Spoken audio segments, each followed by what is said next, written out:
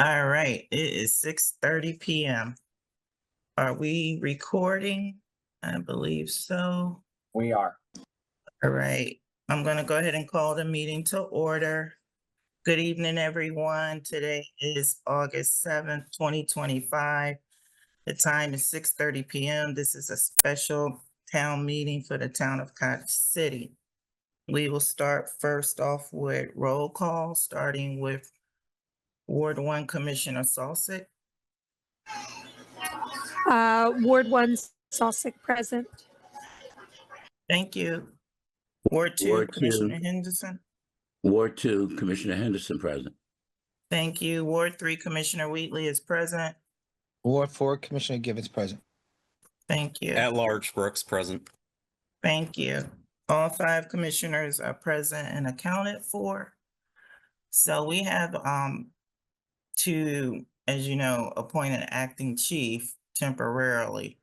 So before we can go through that agenda item, we need to suspend the rules to take a vote in a special meeting. Is there a motion to suspend the rules tonight? Brooks, I make a motion to suspend the rules to vote in a special town meeting. Thank you. Is there a second? Henderson second.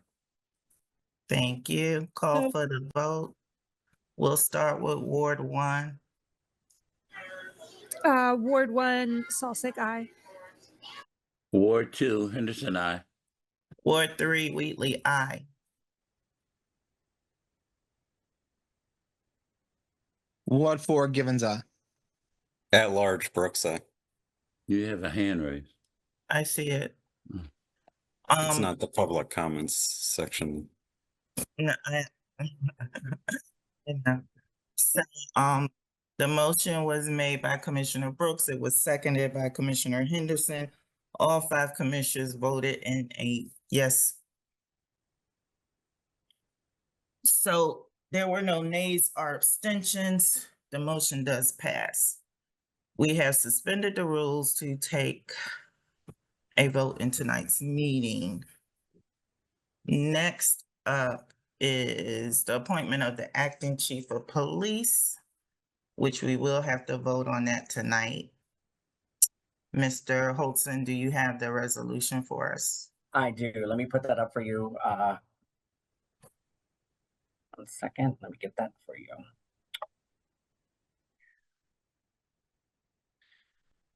And there's the resolution for this evening. You want to read it into the record? I sure will. Town of Cottage City Resolution 2025. I believe this is 7 or 8. I will double check. It's a resolution of the Cottage City Commission approving the appointment of an acting chief of police and naming the temporary successors to the previously appointed ombudsman and program administrator for the town speed camera program. Introduced by Commissioner Chair Wheatley and the commission.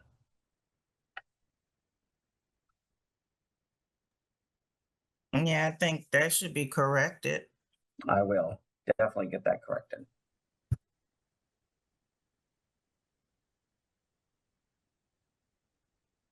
All right, so we will start with discussion. Public comments are at the end. Thank you, Ms. Sawyer, for your question. Let's see, we'll start with Ward 1. Any comments, questions, or discussion? My only comment is there's a section where it talks about they would basically get the pay of the position after 120 days. And I believe we talked about this before of changing that to 30. So that's my only comment. I can amend that. That's no problem. Thank you. Next is Ward 2. Any questions, comments, or discussion? No comments at this time. I yield back. Thank you. I don't have any questions or comments. Um,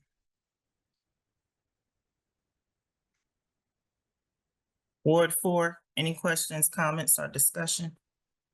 Yes. So, Julia, 120 days was moved.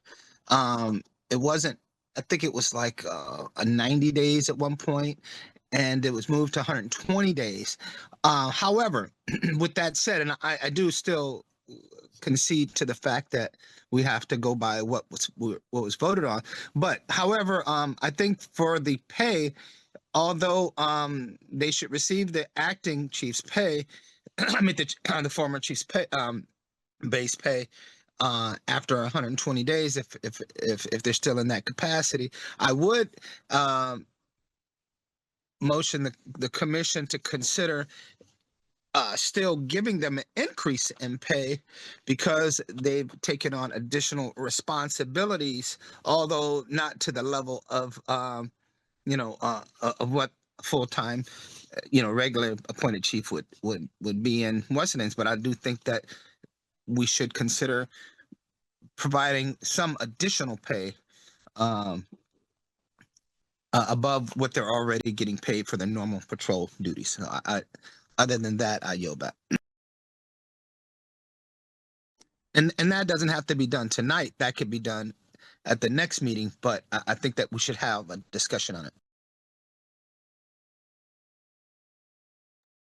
Okay.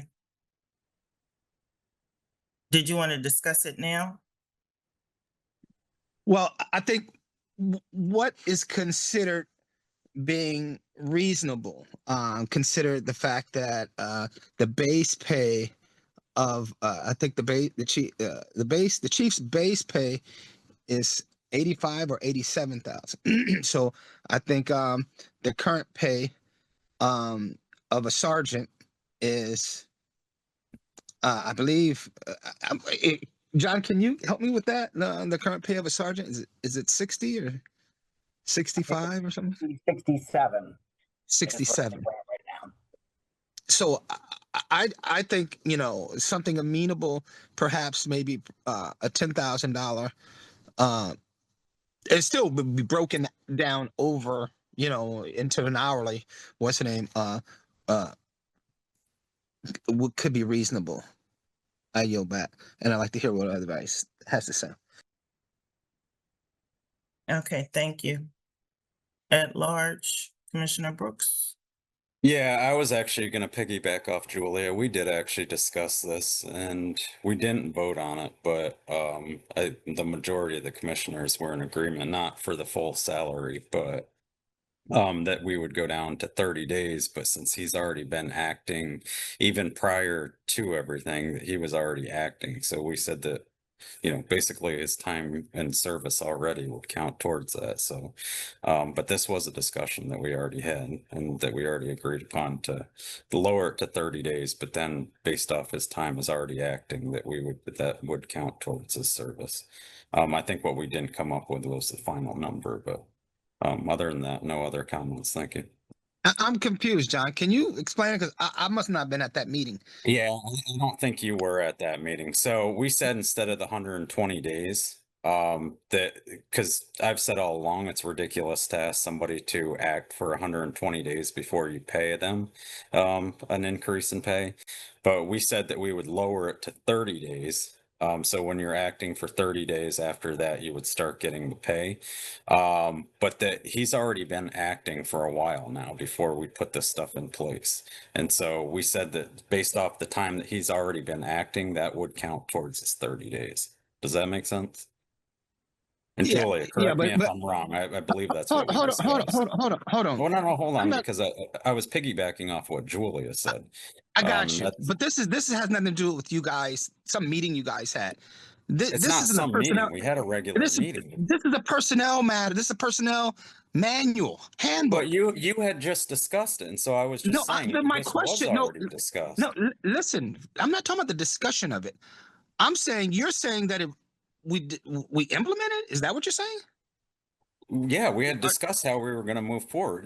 Wanda, Julia, Renee. Yeah, Wanda got to help me with this because I'm confused because there's no We- implementation if you haven't changed the employee handbook, and that's my point of contention here. If you had a we had said that we were planning that was how we would like to move forward. Am I incorrect, other commissioners? That you were at the meeting? so nothing was done is what I'm getting at. That's Nothing my was point. done. We had Okay, agreed that's my point that would be the way forward. because it sounded like that this was a fait accompli. It was done, and we're at a different what's the name right now. So it doesn't sound like the handbook has not I been yield changed. back my time. Thank you. The handbook has not been changed, and if that's something they want to consider, then then you'd have to go and go to the proper channels in order to do that. You know, although you haven't had a discussion, that hasn't been done in a formal process, is what I'm getting at. I yield back.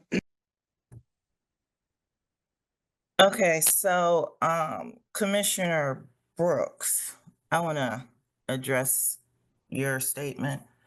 So yes, we did have a discussion that the acting sergeant had already been acting prior to for more than 30 days. So yes, we did have that discussion. We didn't take a vote on it. We just kind of came to a consensus about it instead of having them serve in that position for 120 days. We would reduce that time to 30 days. My question is, that was for that position. This is for a different position. So are you saying that the 30 days that the acting sergeant has already served is going to count towards this new position that we're proposing to appoint him in? Because I would think he would have to do another 30 days in the new position. No, I personally don't think we should just keep restarting his time. I mean, if we pay him some more money for his service and acting, I'm fine with it. But just to keep resetting time, he's been serving in this capacity, and we should pay him for that. If employees are stepping up and taking higher positions, then we should give them the money that they deserve. That's just my personal opinion. I do absolutely. I don't think we should restart that 30-day window. Okay, so Mr. Holson, has the acting sergeant also been serving as the acting chief? Because I thought the whole reason we had to appoint someone is because we don't have a chief at this time and we're not in compliance. That is correct. And he is assuming some of those duties, especially he's working on, there's an issue with one of the officers that he's been dealing with getting that set up.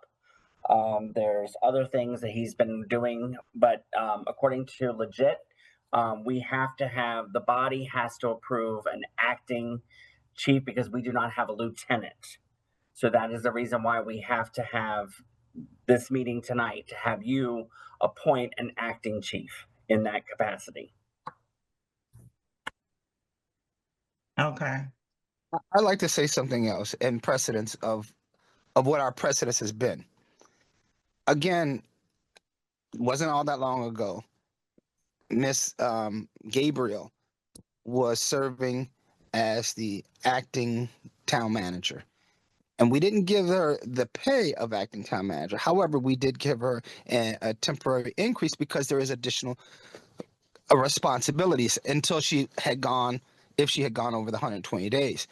I don't necessarily have a problem with us doing that as we've done in the past, but to override what the standard precedence is as far as what the handbook stipulates it. It stipulates it's already in there. If you guys want to change the handbook, well, that's a different process and we can go about that. I don't necessarily, again, I don't have a problem giving him additional pay because I think he should be given additional pay. And if the change is that you switch it to whatever 30 days or whatever, then in the future that's fine. I think that for now we can consider what is a reasonable accommodation for this time in which he'll be serving until, you know, until we can fill the vacancy. I yield back. Okay, so, I guess we gotta go back around again so that we can at least come to some kind of understanding.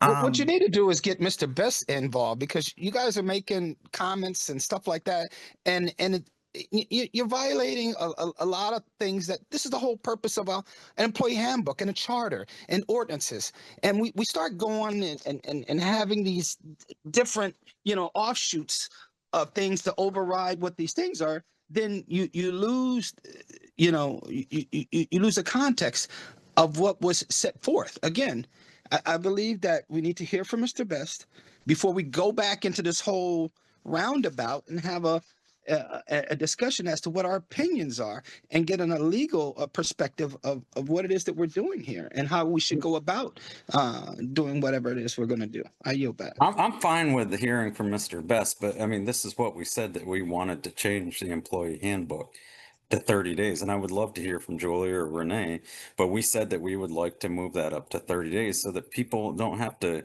do acting duties for But 3 that you haven't months done it. before they're getting paid. Well, you just let me finish. We were in the meeting. We decided to do it. Yes, we haven't done it, but we're moving in that direction. But people shouldn't have to wait, start, doing a higher position for 3 months before they're getting paid a decent increase to do it. So yeah, let's hear from Mr. Best, but at the same time, we've already discussed this in meetings, saying we do want to update the employee handbook and make that 30 days, and that's what we agreed to do, but we're switching around in this meeting. Mr. Best? Yeah, Madam Chair. Hey, commissioners, this is the kind of the deal. There's a hierarchy of policies and statutes. For example, you can't pass an ordinance or a resolution that conflicts with the Constitution of Maryland or the federal Constitution. You can't do that if it conflicts with the charter. The employment handbook, though, is something that was passed as a policy by the commissioners via a written resolution. There's nothing in your laws that mandate that you cannot modify a written resolution. And by the way, it's state law as well. Case law of the state doesn't preclude you. You can modify a written resolution by a oral resolution entered into your record, meaning your minutes, also known as your journal.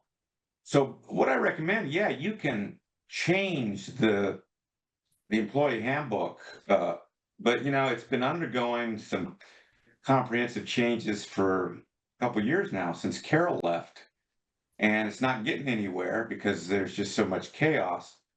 This resolution, that's a written document, it's a formal resolution as opposed to an oral resolution. You can change the handbook with that thing, with this resolution's before you. You can propose an amendment to it and change the employee handbook.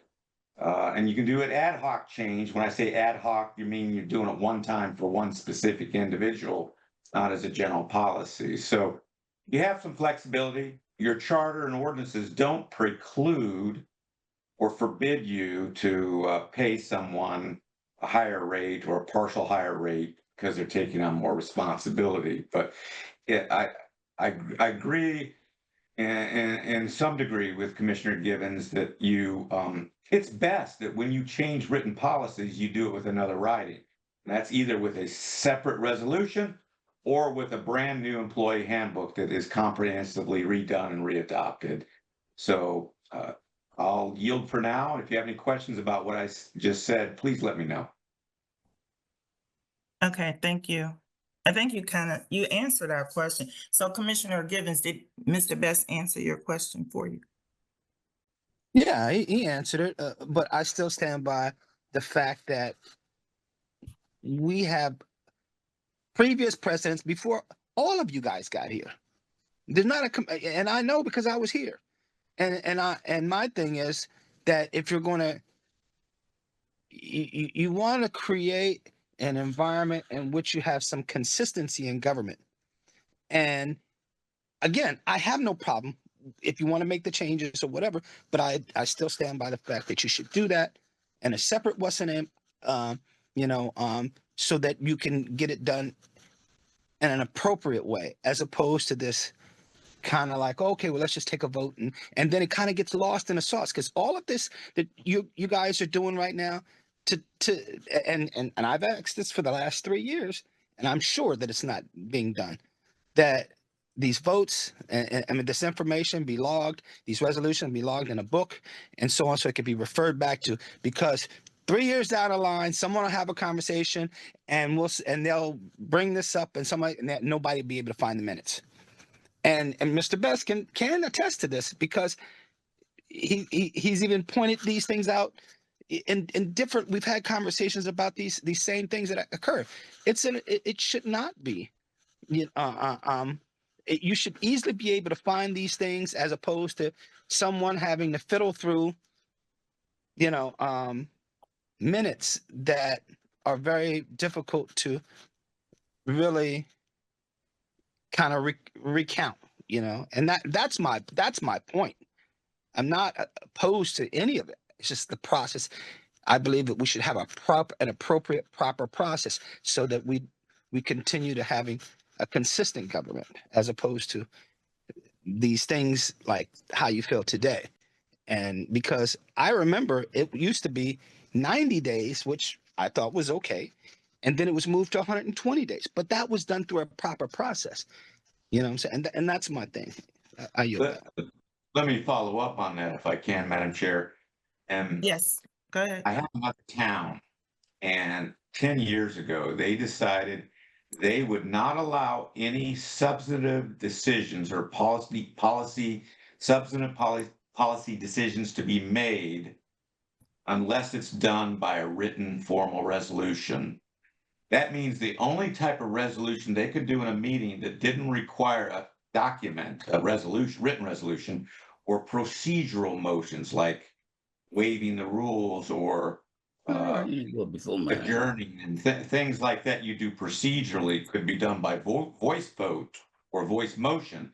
But all other resolutions, because they had so much chaos and they could never find all their various policies, and when they started doing all the formal resolutions, and in addition to their ordinances and charter amendments and annexation resolutions, and getting the house in order on that, things got so much smoother and they became a much more smooth running municipality. So I agree with Commissioner Givens, and I had prepared a sample resolution a few years ago, that could be used so that you can start to formalize the process instead of shooting from the hip at almost every meeting. But suffice to say, you don't have a law. In the other town that I'm talking about, they passed it into their law that they had, I mean, an ordinance or a resolution, the rules for the conduct of meetings, that they had, the only thing that could be done voice-wise was a procedural motion. But you don't have that. It's been talked about, it's been hammered home, particularly by Commissioner Givens, but you all never formalized that requirement in some sort of policy or law of the town. Thank you. Okay, thanks, Mr. Best. Julia, you have your hand raised? So, based on the conversation or if I'm hearing what Mr. Best has been saying correctly, it seems like we could amend this resolution that we have in front of us to be for this specific moment, and then also work forward to changing the employee handbook so that it's changed for future things. So it's like a both and conversation. Basically, we can do this resolution today, and then we can work on changing the handbook as well. Yes, that's the way I understood it as well. Did any other commissioner want to say anything? I um I believe I should go along with the Commissioner Givens, and maybe discuss it again, and like the handbook, and then go back at another meeting. I yield back. Okay, so what part of it are we discussing at another meeting? The 30 days? That part? Yes,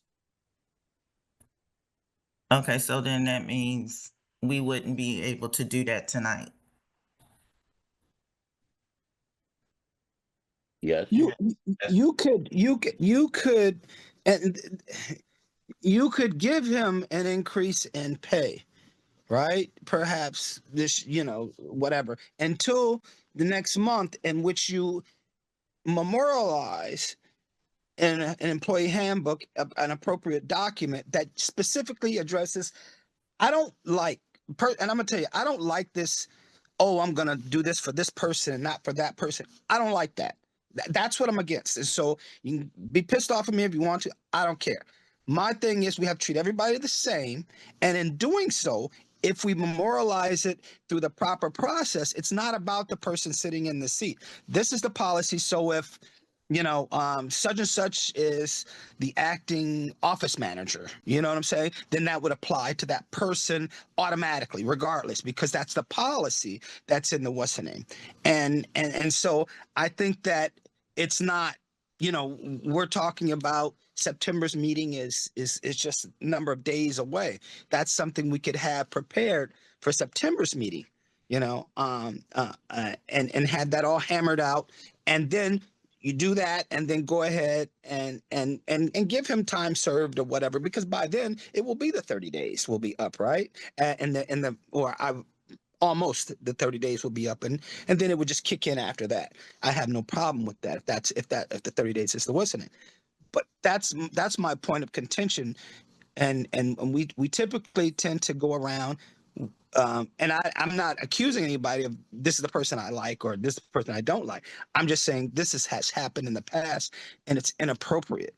In my eyes, it's inappropriate because if it's based off policy, then it's based off policy. No matter who sits in those seats. I yield back. Okay, thanks, Commissioner Givens. So first, let me just say, nobody's pissed off at nobody. Let's just make that clear. And when we had the meeting that you weren't in attendance, we did all agree that it would be 30 days and that we would change the handbook. So Mr. Holson was directed to get with Mr. Peters and with the town attorney and to update the handbook with the new time frame versus 120 or 90, whatever is in the handbook. Mr. Holson was directed to update that to 30 days. But hearing what Mr. Best said and hearing what, we've discussed tonight, I think we can do exactly what you said. We can table that 30 days until the September meeting, and then we can do everything formally in that meeting. And we can also give the acting chief um, a temporary increase, maybe not to the full salary, but something to compensate for them stepping up. So Commissioner Brooks, I see you have your hand up. Yeah, I'm clicking buttons. Yeah, no, I just want to clarify. This isn't at all one of those things where, oh, well, who do we like? Who do we know? This is very much, we said that that's how we wanted to move forward, moving forward. So I mean, yeah, I'm fine with doing a temporary pay and then, getting all of these ducks in a row properly. But again, this wasn't who's favorite, and I know it has happened in the past, but it's definitely not the case. We said that's how we'd like to move forward altogether. Thank you. Yeah, that's basically what I was saying too. We I said, was moving, echoing your sentiments, but I yeah, also had my hand raised, so I wanted to make sure that I said it. yeah. I think we all kind of agreed. Commissioners Henderson and Salsa, do you agree? Yes. Yes, I agree. That sounds good to me. Okay. So before we take the vote, I see there's a hand raised. We will allow the public to speak on this topic. And this is the only topic that we have on the agenda tonight. So anyone who wishes to speak, please state your name, your address, and you have 3 minutes to make your public comment. And right now, I only see one hand raised. So that would be Amy Sawyer. Hi, everybody. Just give me a second to, I have an actual statement to read. So, my name is Amy Sawyer. I am a resident of Cottage City for about 7 years. Tonight, I want to speak not only about the appointment of a temporary chief of police, but about a deeper issue, one that affects every resident in this room: the ongoing erosion of transparency, accountability, and the public trust in our town governance. In the past year, nearly every staff member employed by the town of Cottage City has either been fired, forced out, or resigned. That is an extraordinary level of turnover for a town of our size. These were people who served our community with skill, commitment, and years of institutional knowledge. Yet there has been no public acknowledgement of their departure, no explanation for their turnover, and no opportunity for residents to ask questions or understand what is happening behind the scenes. Instead, we've seen a growing pattern of decisions made in closed door sessions without public summaries or justifications. Despite the clear requirements of Maryland's Open Meeting Act, from eliminating the Public Works Department to tonight's appointment of a new temporary police chief, these actions continue to happen with minimal notice, no shared documentation, and no meaningful community input. Once again, we've been asked to accept a major leadership appointment with no posted job descriptions, no discussion of qualifications, and no opportunity for residents to weigh in. This is not how a healthy, inclusive government should function. Councilmember Wanda Wheatley has proudly said that, quote, residents are at the top of the organizational chart, end quote. She has said that she ensured we are at the top, but where I stand, and I believe many others share this concern, it feels like we have been removed from the chart entirely. If residents truly come first, then must we be a part of these conversations, not just as an afterthought, but as a valued participant in shaping our town's future. Therefore, I respectfully request that the council provide a formal public report detailing, one, a list of all staff who have resigned, been terminated, or left in the past 18 months. Two, the rationale for why each of those departures, including whether exit interviews were conducted or not. And three, the council's plan to restore staff continuity, institutional memory, and the community trust going forward. Leadership demands transparency, where without it, we risk replacing accountability with silence and service with secrecy. Our town deserves better. Our residents deserve better. Thank you. Thank you for your comment. I see former Commissioner Young and then Commissioner Brooks. Mine was on accident. My apologies. Oh, okay.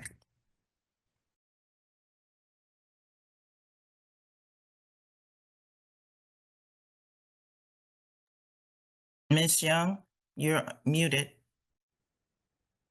We cannot hear you.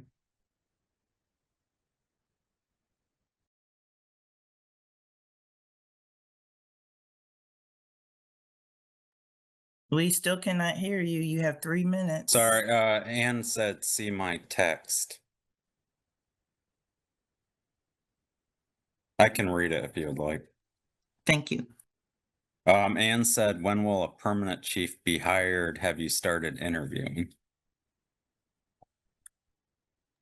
We have received resumes and we are in the process of going through those, and we'll be presenting those very shortly.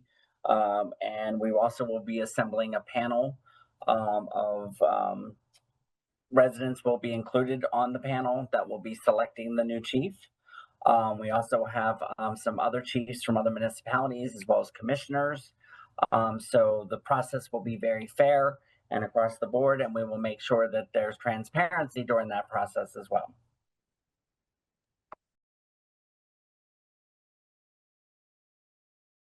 Okay, My hand's legit this time. go ahead. I was just wondering if there's a way. I hear you, Amy. And I've read a lot of the Facebook posts over the last 2 years and the emails, but I'm just wondering if there's a way, because I mean, we can't disclose any kind of personnel matters. And or Mr. Best, if you could kind of talk through it. It's something I don't think I realized as a resident, that if I would have seen some of this, I would have been frustrated as well. And so I'm just curious, Mr. Best could kind of just briefly talk about, the responsibilities of commission with personnel matters, things like that. I'm not sure, but I have seen it, and Amy, I hear you. I seen, some of your posts, you had said that, that we should consult, residents, but we just can't. And so I don't know, Mr. Best, if you're able to kind of speak on that at all. I know it's probably not going to be helpful, but I would if the chair allows me to. Sure, go ahead. Thank you, Madam Chair. Yeah, Commissioner Brooks is on point.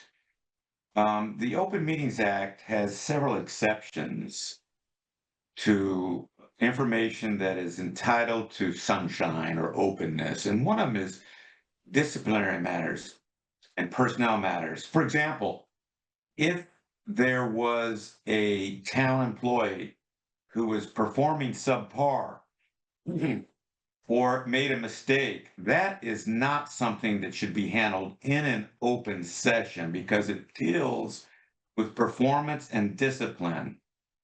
And so those are confidential matters between the employer, the town manager who's in charge of the administrative staff of the town, and all the employees as the personnel officer. Those are matters left internally. It's inappropriate. Not only that, it can trigger litigation if it's improperly disclosed and the employee is embarrassed or held in shame. Or so the reason making a list, for example, with the rationale or basis for termination or leaving the employment of the town would be highly inappropriate and would subject the town to litigation. So, I mean, the town is a public corporation. It is a government. And there's a lot of things, I would say the vast majority of things the town does, documents it produces, are subject to sunshine and disclosure. But personnel is typically not one of them. Unfortunately, as much as the townspeople, as taxpayers, would not like to know the nitty gritty and be able to put pieces together on whether the governing body is managing the personnel, it's just not something that can be done because it draws in litigate. If the taxpayer thinks that the commission or the town manager are not doing a good job with personnel, that's why the commissioners stand for election every 2 years. But they can't divulge confidential information that would hold the town out for litigation and major problems. So sorry, it's not a perfect world, but that's the world we live in. And those are the limitations of the commissioners and the town manager in Cottage City. I yield. Okay, let's see if there's any more hands up. Mr. Holton, can you state for the record where the job announcement for the chief has been posted? It was put on Indeed. It also was put on the town's website. And I believe we did send it on Constant Contact. I think we did send it out. Was it also posted to MML's website? Yes, it was. Okay, I think one of Amy's questions was the job announcement wasn't advertised, so actually it was advertised. Yeah, it was. Let's see, there's a comment. This is a comment from Amy Sawyer. Oh, wait a minute, there's another comment. So there was a comment from former Commissioner Young. It says, when will this occur? I believe you're asking about the chief position. Mhm. So Yes, we're she in the had. process now. Go ahead. No, she had previously said, when will a permanent chief be hired? So yes, I believe she was asking, like, when is that process going to happen? Okay, so we are in the process now of going through resumes. All right, next one is from Amy Sawyer. This one says, we need to increase transparency. Could Mr. Best please advise the commission on any additional steps that the commission can take to increase and maximize transparency within the law? There must be some steps that can be taken to improve transparency. Mr. Best, you want to answer that one? Well, I would say that it's also a matter of education, not only of the officials and employees of the town government, but of the townspeople, the taxpayers and residents of the town. The Attorney General of Maryland produces two manuals. One is the Open Meetings Act manual, and the other is the Public Information Act manual. And so the answer is really kind of overly simple. It's to increase and maximize transparency is to follow the public policy of the state as found in the statutes, in the general provisions article of the annotated code, as well as the PIA manual and the Open Meeting Act manual published by the Attorney General of Maryland. If a municipality is diligently following those policies and laws, they typically will maximize the transparency, which was the public policy put together by the General Assembly of Maryland when they passed those acts years ago. So there you have it. I yield. All right, thank you. Let's see, are there any more hands raised? Amy, is your hand raised again, or is that from before? Because I just read your comment. Yeah, so my hand is raised right now because Attorney Best, that was a pretty racist comment that you just made. I mean, really? Like, it's about the intelligence of the community. I mean, so our community has the majority of the community speaks a language other than English at home. About 60%, according to the census. About 45% of the families speak Spanish at home. And you're saying something about the education of the community that is such a crazy statement. I don't even know what to say about that. Um, but is the council going to support what Attorney Best just said? Let Again, me, let that's me like, that's respond. crazy. Let me respond.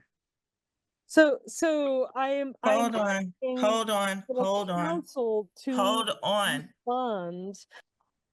Okay, Mr. Best, you have the floor to respond. Thank you for your comment, Amy, but I don't Thank believe you. that's what he said. But go ahead, Mr. Best. Thank you, Madam Chair. For you to accuse a municipal attorney of racism is highly inappropriate unless I have really done such a thing. When I use the word education, I'm talking about, and we all need education. I need education. Everyone needs education on certain issues or policies because we don't all know everything about the law. We live in a complex society.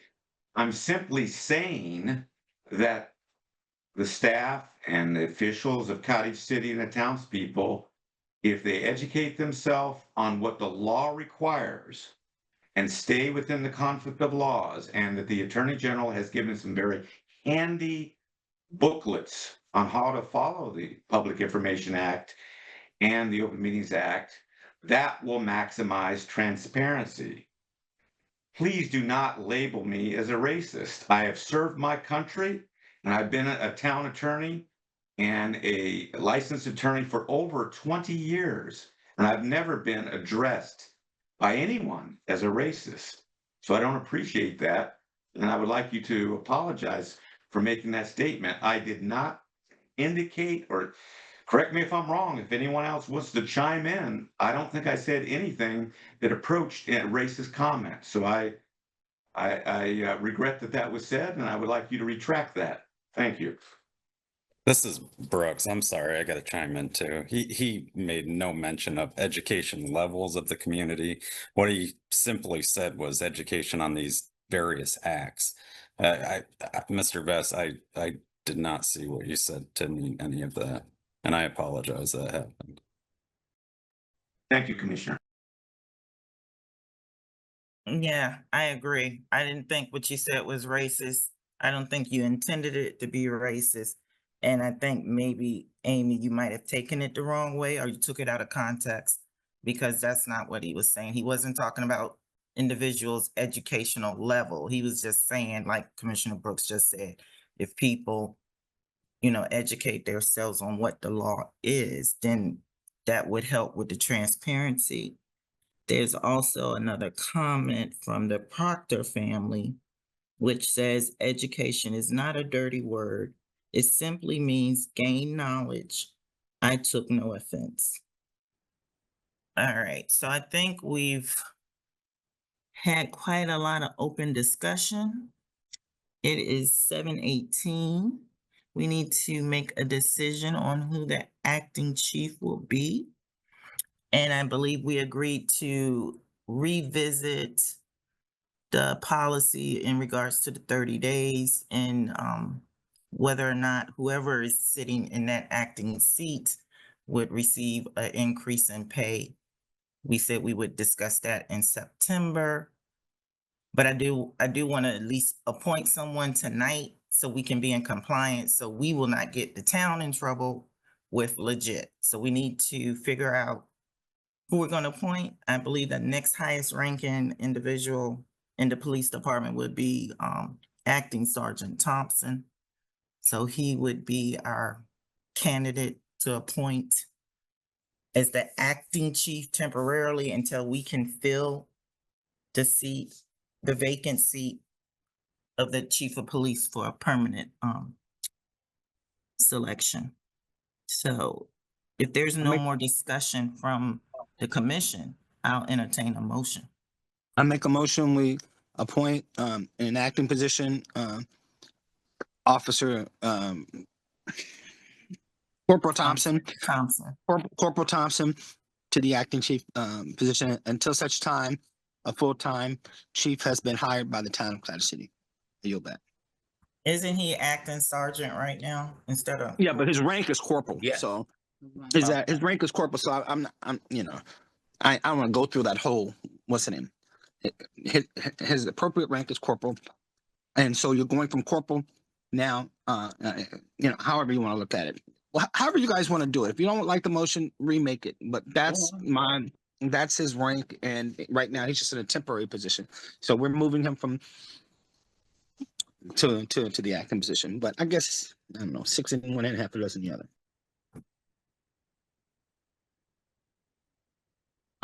Is there a second? Henderson second. Uh-huh. So Commissioner Givens made the motion, Commissioner Henderson made the second. Is there, let's start with Ward 1, your vote, Commissioner Solstick. Ward 1, Commissioner Solstick, aye. Ward 2, Henderson, aye. Ward 3, Wheatley, aye. Ward 4, Commissioner Gibbons, aye. At large, Brooks, aye. No nays or abstention, the motion passes. And allow me to say this. Allow me to say this. There has been a time in which we have been short.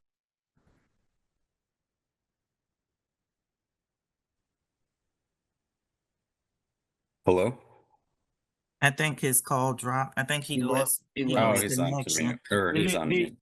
There was a time, was not that all that long ago, in which we had faced the same situation, in which we did not have a full-time chief in place. An officer, Batanga, stepped up as an officer, and filled the acting chief of police position until such time we were able to go through the process and hire appropriate chiefs. So this is not something that's uncommon, not just in the Cottage City, but amongst all municipalities. I've been doing this for well over 17 years, and we've been through a number of chiefs. And regardless of whatever the reasons for leavings, there is a responsibility that we have to continue to follow within the guidelines of our insurance companies as well as the state law. So please do, hope everyone, the public, understands that this is a normal process, and that we will continue diligently to move forward as we have. And during our process and the chief position, as we've advertised for it, we can't just go out and give someone a position.